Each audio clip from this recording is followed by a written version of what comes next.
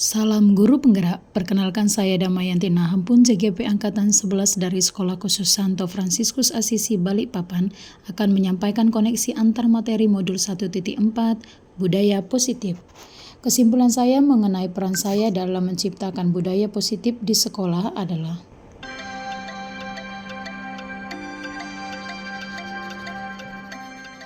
sebagai seorang guru yang memiliki peranan sebagai pendidik, sangat penting bagi saya untuk memiliki kemampuan dalam mewujudkan budaya positif di lingkungan kelas maupun lingkungan sekolah.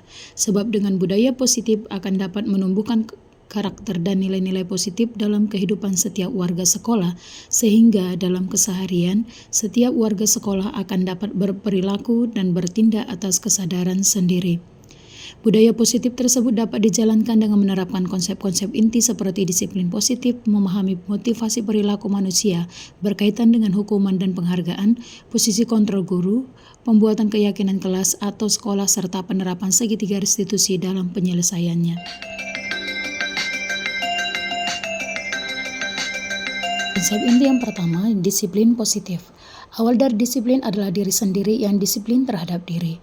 Dan seorang yang memiliki disiplin diri bisa bertanggung jawab terhadap apa yang dilakukannya karena mendasarkan tindakannya pada nilai-nilai kebajikan universal.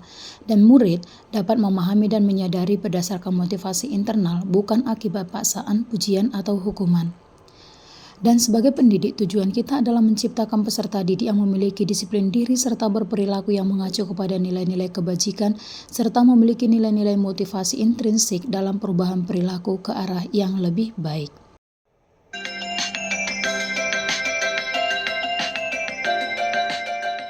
Selanjutnya, konsep inti berikutnya yakni motivasi perilaku manusia.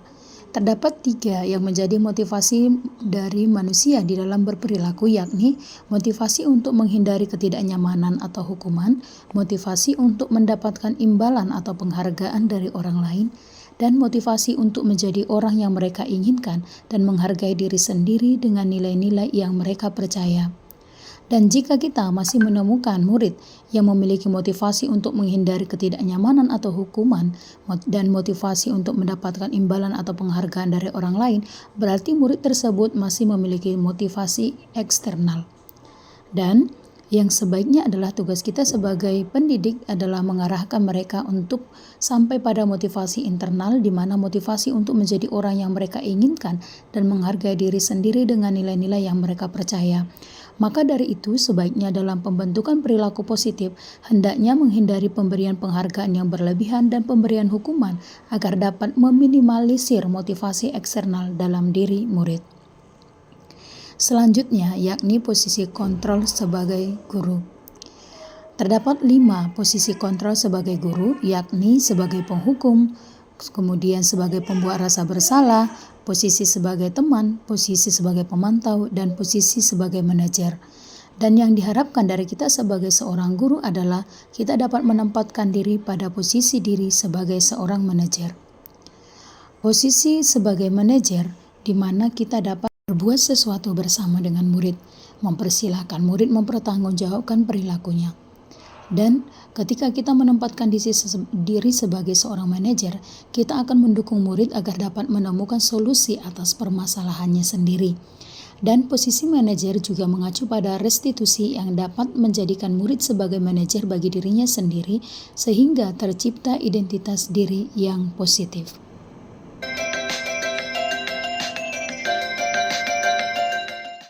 Berikutnya yakni keyakinan kelas atau sekolah. Guru berperan dalam mewujudkan terbentuknya keyakinan sekolah atau kelas dengan adanya kesepakatan antara guru dan murid.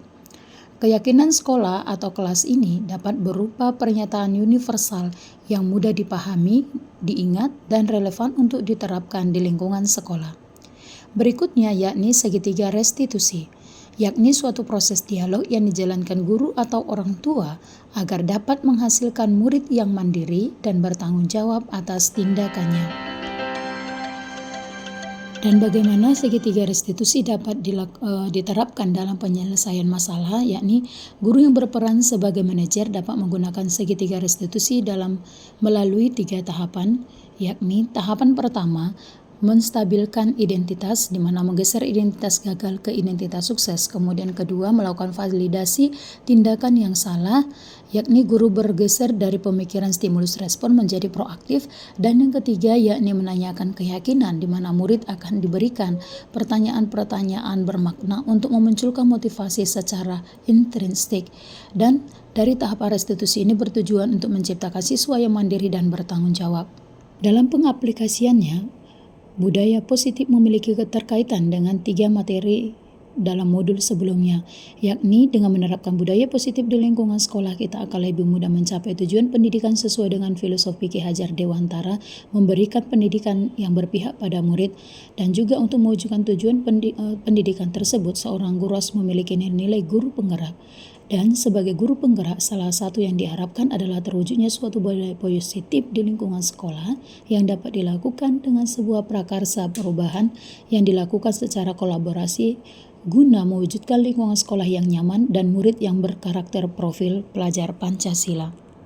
Berikut ini adalah refleksi pemahaman saya tentang materi pada modul 1.4.